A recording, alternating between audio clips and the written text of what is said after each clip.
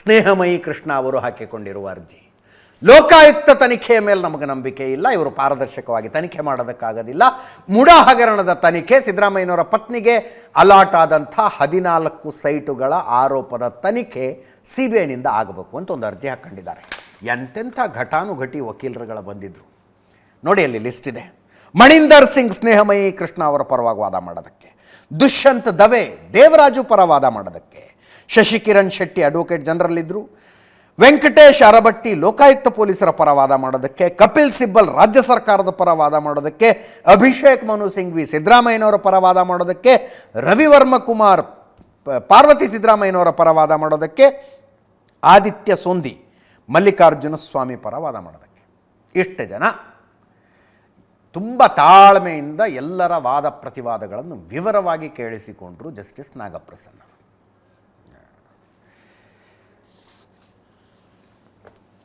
ಮುಡಾ ಕಚೇರಿಯಿಂದ ವಾದ ಪ್ರತಿವಾದಗಳನ್ನು ಹೇಳ್ತಾ ಇದ್ದೀನಿ. ಮಣಿಂದರ್ ಸಿಂಗ್ ಸ್ನೇಹಮಯಿ ಕೃಷ್ಣ ಪರ ವಕೀಲರು ಏನಂದರು, ಮುಡಾ ಆಫೀಸ್ನಿಂದ ಡಾಕ್ಯುಮೆಂಟ್ಸ್ ತಗೊಂಡು ಹೋಗ್ಬಿಟ್ಟಿದ್ದಾರೆ, ತನಿಖೆ ನಿಷ್ಪಕ್ಷಪಾತವಾಗಿ ನಡೀತಾ ಇದೆ ಅಂತ ಅನ್ನಿಸ್ತಾ ಇಲ್ಲ ಅಂತ ಹೇಳ್ತಾ ಸುಪ್ರೀಂ ಕೋರ್ಟಿನ ಕೆಲವು ತೀರ್ಪುಗಳನ್ನು ಉಲ್ಲೇಖಿಸಿದ್ರು. ದೊಡ್ಡ ದೊಡ್ಡ ರಾಜಕಾರಣಿಗಳ ವಿರುದ್ಧ ಆರೋಪ ಬಂದಾಗ CBI ತನಿಖೆನೇ ಒಳ್ಳೆಯದು ಅಂತ ಸುಪ್ರೀಂ ಕೋರ್ಟ್ ಬೇರೆ ಪ್ರಕರಣದಲ್ಲಿ ಕೊಟ್ಟಿರುವ ತೀರ್ಪೊಂದನ್ನು ಉಲ್ಲೇಖ ಮಾಡಿದ್ರು. ಸುಪ್ರೀಂ ಕೋರ್ಟ್ ಹಿಂಗೆ ಹೇಳಿದೆ, ಅದರಿಂದ ಕೊಡಿ CBI ತನಿಖೆಗೆ ಅಂತ. ತನಿಖಾ ಸಂಸ್ಥೆ ಯಾವುದು ಅಂದರೆ, ಯಾವುದೋ ಒಬ್ಬ ವ್ಯಕ್ತಿಯ ವಿರುದ್ಧ ಒಂದು ಆರೋಪ ಬಂದಾಗ ಅದೇ ವ್ಯಕ್ತಿ ಡಿಸೈಡ್ ಮಾಡೋದಕ್ಕಾಗೋದಿಲ್ಲ. ಇಂಥ ತನಿಖಾ ಸಂಸ್ಥೆ ನನ್ನನ್ನು ತನಿಖೆ ಮಾಡಲಿ, ಇಂಥ ತನಿಖಾ ಸಂಸ್ಥೆ ತನಿಖೆ ಮಾಡೋದು ಬೇಡ ಅಂತ ಆರೋಪಿ ಡಿಸೈಡ್ ಮಾಡೋ ಹಂಗೆ ಆಗಬಾರ್ದು. ಹಗರಣ ನಡೆಯೋದಕ್ಕೆ ಸರ್ಕಾರಿ ಅಧಿಕಾರಿಗಳ ಸಹಾಯ ಮಾಡಿದ್ದಾರೆ. ಹಿಂಗೆ ಕೇಸಿರುವಾಗ ನ್ಯಾಯಯುತ ತನಿಖೆಯನ್ನು ಲೋಕಾಯುಕ್ತ ಪೊಲೀಸರು ಮಾಡ್ತಾರೆ ಅಂತ ನಿರೀಕ್ಷೆ ಮಾಡೋದಕ್ಕಾಗೋದಿಲ್ಲ. ಕೊಡಿ ಈ ಕೇಸನ್ನು CBIಗೆ ಅಂದರು. ದುಷ್ಯಂತ್ ದವೆ ದೇವರಾಜು ಪರ ವಕೀಲರು, ದೇವರಾಜು ಸಿದ್ದರಾಮಯ್ಯನವರು ಬಾವಮೈದ. ದೇವರಾಜು ಅವರ ವಾದನೇ ಕೇಳಿಲ್ಲ, ಆಗಲೇ ತನಿಖೆಗೆ ಆದೇಶ ಮಾಡಿಬಿಟ್ಟಿದ್ದಾರೆ. ಅವ್ರ ಸ್ಟ್ಯಾಂಡ್ ಏನು ಅಂತ ಕೇಳಬೇಕಾಗಿತ್ತು, ನಮ್ಮ ಕ್ಲೈಂಟಿನ ಸ್ಟ್ಯಾಂಡ್ ಕೇಳಬೇಕಾಗಿತ್ತು. ಅವ್ರನ್ನ ಏನೂ ಕೇಳಿಸ್ಕೊಳ್ಳದೆ ತನಿಖೆಗೆ ಆದೇಶ ಮಾಡಿಬಿಟ್ಟಿದ್ದಾರೆ. ಯಾರು ಕಂಪ್ಲೇಂಟ್ ಕೊಟ್ಟಿದ್ರು ಅವರೇ ಈಗ CBI ತನಿಖೆ ಆಗಬೇಕು ಅಂತ ಹೇಳ್ತಾ ಇದ್ದಾರೆ. ಇಷ್ಟೆಲ್ಲ ಆಗ್ತಾ ಇರೋದು ಯಾಕಂದರೆ ಒಟ್ಟಿನಲ್ಲಿ ಸಿದ್ದರಾಮಯ್ಯನವ್ರನ್ನ ಸಿಗಿಸಾಕಬೇಕು ಅಂತ, ಸಿದ್ದರಾಮಯ್ಯನವ್ರನ್ನ ಸಿಕ್ಕಿ ಬೀಳೋ ಹಂಗೆ ಮಾಡಬೇಕು ಅನ್ನೋ ಕಾರಣಕ್ಕೆ ಇಷ್ಟೆಲ್ಲ ಮಾಡ್ತಾ ಇದ್ದಾರೆ. ಲೋಕಾಯುಕ್ತದಲ್ಲಿ ಯಾವತ್ತು FIR ದಾಖಲಾಗುತ್ತೋ ಅವತ್ತೇ ಹೈಕೋರ್ಟಿಗೆ ಬಂದಿದ್ದಾರೆ ಇವರು. ಲೋಕಾಯುಕ್ತ ಪೊಲೀಸರಿಂದ ಸರಿಯಾಗಿ ತನಿಖೆ ಆಗೋದಿಲ್ಲ, CBI ತನಿಖೆ ಆಗಬೇಕು ಅಂತ. ಆ ಕಡೆ ಲೋಕಾಯುಕ್ತ ಪೊಲೀಸರು FIR ಮಾಡಿಕೊಳ್ತಾರೆ, ಈ ಕಡೆ ಹೈಕೋರ್ಟಿಗೆ CBI ತನಿಖೆ ಕೊಡಿ ಅಂತ ಬಂದಿದ್ದಾರೆ. ನಮ್ಮ ಕ್ಲೈಂಟ್ ದೇವರಾಜು ತಮ್ಮ ಭೂಮಿನ ಮಾರಾಟ ಮಾಡಿದ್ದಾರೆ ಅಷ್ಟೇ. ಹೈಕೋರ್ಟ್ ತನಿಖೆಗೆ ಆದೇಶಿಸಿರುವುದರಿಂದ ನಮ್ಮ ಕಕ್ಷಿದಾರರಿಗೆ ಸಮಸ್ಯೆಯಾಗಿದೆ.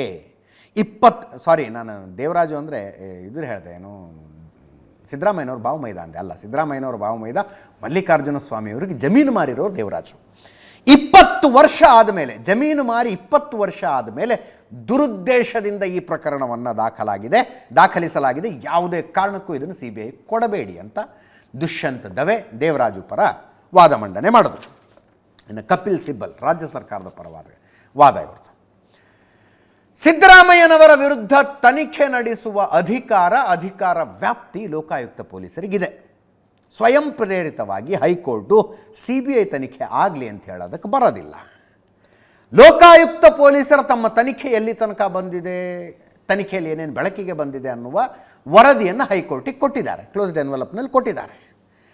ಅದನ್ನು ನೋಡಿ ಅದರ ಆಧಾರದ ಮೇಲೆ CBI ತನಿಖೆಗೆ ನಿರ್ಧಾರ ಅಂತ ಹೇಳೋದಕ್ಕೆ ಹೈಕೋರ್ಟಿಗೆ ಬರೋದಿಲ್ಲ. ಮಣಿಂದರ್ ಸಿಂಗ್ ಅವರು ಯಾವುದೋ ಒಂದಷ್ಟು ಕೇಸ್ಗಳನ್ನು ಉಲ್ಲೇಖ ಮಾಡಿದ್ರು.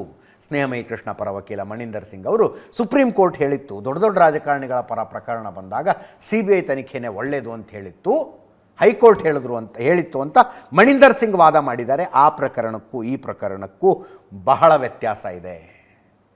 ಲೋಕಾಯುಕ್ತ ಒಂದು ಸ್ವತಂತ್ರ ತನಿಖಾ ಸಂಸ್ಥೆ, CBI ಹಂಗೆ ಅಂತ ಹೇಳೋದಕ್ಕೆ ಬರೋದಿಲ್ಲ ಅಂದರು. CBI ಸ್ವತಂತ್ರ ತನಿಖಾ ಸಂಸ್ಥೆ ಅಂತ ಹೇಳೋದಕ್ಕೆ ಬರೋದಿಲ್ಲ. ಲೋಕಾಯುಕ್ತ ಸ್ವತಂತ್ರ ತನಿಖಾ ಸಂಸ್ಥೆ. ಲೋಕಾಯುಕ್ತ ವರದಿ ಏನೇ ಇರಲಿ ಅಂದರೆ, ಈಗಾಗಲೇ ಜಸ್ಟಿಸ್ ನಾಗಪ್ರಸನ್ನರಿಗೆ ಕ್ಲೋಸ್ಡ್ ಎನ್ವೆಲಪ್ನಲ್ಲಿ ಕೊಟ್ಟಿರುವಂಥ 3000 ಪುಟ ಇದೆ, ಅದು 3000 ಪುಟದಕ್ಕಿಂತ ಜಾಸ್ತಿ ಇದೆ. ಅದು ಏನೇ ಇರಲಿ CBI ತನಿಖೆಗೆ ಇದನ್ನು ಕೊಡಬೇಡಿ ಅಂತ ಕಪಿಲ್ ಸಿಬ್ಬಲ್ ರಾಜ್ಯ ಸರ್ಕಾರದ ಪರ ವಾದ ಮಾಡಿದ್ರು. ಇನ್ನು ಸಿದ್ದರಾಮಯ್ಯನವರ ಪರವಾಗಿ ಅಭಿಷೇಕ್ ಮನು ಸಿಂಘ್ವಿ. ಸಿದ್ದರಾಮಯ್ಯನವರ ಪರವಾಗಿ ಏನಂದರೆ ಏನೂ ಆರೋಪ ಇಲ್ಲ, ಏನಂದರೆ ಏನೂ ಸಾಕ್ಷ್ಯ ಇಲ್ಲ. ಏನಿದೆ ಅನ್ನೋದನ್ನು ಆದರೂ ತೋರಿಸ್ಲಿ ಅವರು. CM ವಿರುದ್ಧ ಯಾವುದೇ ಆರೋಪ ಇಲ್ಲ. ಈ ಪ್ರಕರಣದಲ್ಲಿ ಸಿದ್ದರಾಮಯ್ಯನವರ ಹೆಸರಿದೆ ಅನ್ನುವ ಏಕೈಕ ಕಾರಣಕ್ಕೆ CBI ತನಿಖೆ ಆಗಬೇಕು ಅಂತ ಸ್ನೇಹಮಯಿ ಕೃಷ್ಣ ವಾದ ಮಾಡ್ತಾ ಇದ್ದಾರೆ. ಇದು ಕರೆಕ್ಟಾ? ಸಿದ್ದರಾಮಯ್ಯನವರ ವಿರುದ್ಧ ಕೇಸಿದೆ, ಮುಖ್ಯಮಂತ್ರಿಗಳ ವಿರುದ್ಧ ಪ್ರಕರಣ ಇದೆ, ಕೊಡ್ರಿ ಇದನ್ನು CBI ತನಿಖೆಗೆ ಅನ್ನುವ ವಾದವನ್ನು ಒಪ್ಪಬಹುದಾ? ಮಣಿಂದರ್ ಸಿಂಗ್ ಅವರು ಹೇಳ್ತಾರೆ, ಆರೋಪಿ ಡಿಸೈಡ್ ಮಾಡೋದಕ್ಕಾಗೋದಿಲ್ಲ, ಯಾವ ತನಿಖಾ ಸಂಸ್ಥೆಯಿಂದ ತನಿಖೆ ಆಗಬೇಕು ಅನ್ನೋದನ್ನು ಆರೋಪಿ ಡಿಸೈಡ್ ಮಾಡೋದಕ್ಕಾಗೋದಿಲ್ಲ ಅಂತ ಹೇಳಿದ್ರು. ಅಭಿಷೇಕ್ ಮನು ಸಿಂಘ್ವಿ ಅವರು ಕೇಳ್ತಾರೆ, ಹಾಗಿದ್ರೆ ದೂರುದಾರರು ಡಿಸೈಡ್ ಮಾಡ್ಬೋದಾ? ಲೋಕಾಯುಕ್ತ ಪೊಲೀಸರು ತನಿಖೆ ಮಾಡ್ಬೇಕಾ, CBI ತನಿಖೆ ಮಾಡ್ಬೇಕಾ ಅನ್ನೋದನ್ನು ದೂರುದಾರರು ನಿರ್ಧಾರ ಮಾಡೋದಕ್ಕಾಗತ್ತಾ? ಆರೋಪಿಗೆ ಅಧಿಕಾರ ಇಲ್ಲ ಅಂದರೆ ದೂರುದಾರರಿಗೆ ಅಧಿಕಾರ ಇದೆಯಾ ಅಂತ ಅಭಿಷೇಕ್ ಮನು ಸಿಂಘ್ವಿ ಕೇಳಿತ್ತು. ಸ್ನೇಹಮಯಿ ಕೃಷ್ಣ ಪರ ವಕೀಲರು ಮತ್ತೆ ವಾದಕ್ಕೆ ಬರ್ತಾರೆ. ಸಿದ್ದರಾಮಯ್ಯನವರು ಚುನಾವಣಾ ಆಯೋಗಕ್ಕೆ ಮಾಹಿತಿ ಕೊಟ್ಟಿಲ್ಲ 14 ಸೈಟ್ಗಳ ವಿಷಯ ಅಂತ. 2018 ಅಫಿಡವಿಟ್ನಲ್ಲಿ 3 ಎಕರೆ 26 ಗುಂಟೆ ತಮ್ಮ ಪತ್ನಿಗೆ ಅರಿಶಿಣ ಕುಂಕುಮದ ರೂಪದಲ್ಲಿ ಬಂದಿದೆ, ಅದು ಯಾವುದನ್ನು ಹೇಳೋದಿಲ್ಲ. ಎಲೆಕ್ಷನ್ ಅಫಿಡವಿಟ್ನಲ್ಲಿ ಘೋಷಣೆ ಮಾಡ್ಕೋಬೇಕಲ್ಲ, ತಮ್ಮ ಆಸ್ತಿ ಎಷ್ಟಿದೆ, ಹೆಂಡತಿ ಆಸ್ತಿ ಎಷ್ಟಿದೆ, ಮಕ್ಕಳ ಆಸ್ತಿ ಎಷ್ಟಿದೆ ಅಂತ.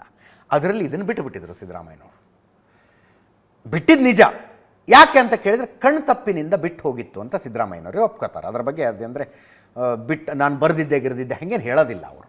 ಕಣ್ತಪ್ಪಿನಿಂದ ಇದು ಬಿಟ್ಟು ಹೋಗಿತ್ತು ಅಂತ ಆ ವಿಷಯ ಮಣಿಂದರ್ ಸಿಂಗ್ ಅವರು ಎತ್ತಿದ್ರು. ಮತ್ತೆ ಸಿದ್ದರಾಮಯ್ಯನವರು ಚುನಾವಣಾ ಆಯೋಗದಿಂದ ಮಾಹಿತಿ ಮುಚ್ಚಿಟ್ಟಿದ್ದಾರೆ. ಅಷ್ಟು ದೊಡ್ಡ ರಾಜಕಾರಣಿ ಹೀಗೆಲ್ಲ ಮಾಡಬಹುದಾ? ಆರೋಪ ಕೇಳಿ ಬಂದ ತಕ್ಷಣ ಅವರು ಹುದ್ದೆಯಿಂದ ಕೆಳಗಿಳಿಬೇಕು ಅಂತ ಮಣಿಂದರ್ ಸಿಂಗ್ ಮುಖ್ಯಮಂತ್ರಿ ಸ್ಥಾನದಿಂದ ಸಿದ್ದರಾಮಯ್ಯನವರು ಕೆಳಗಿಳಿಯೋ ವಾದವನ್ನು ಸ್ನೇಹಮಯಿ ಕೃಷ್ಣ ಪರ ವಕೀಲರು ಅದು ಯಾಕೆ ಮಾಡಿದ್ರು ಗೊತ್ತಿಲ್ಲ ನನಗೆ.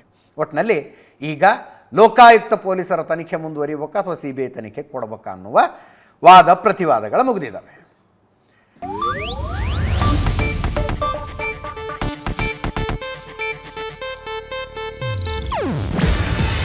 ಇದು ಏಷ್ಯಾನೆಟ್ ನ್ಯೂಸ್ ನೆಟ್ವರ್ಕ್ ಪ್ರಸ್ತುತಿ.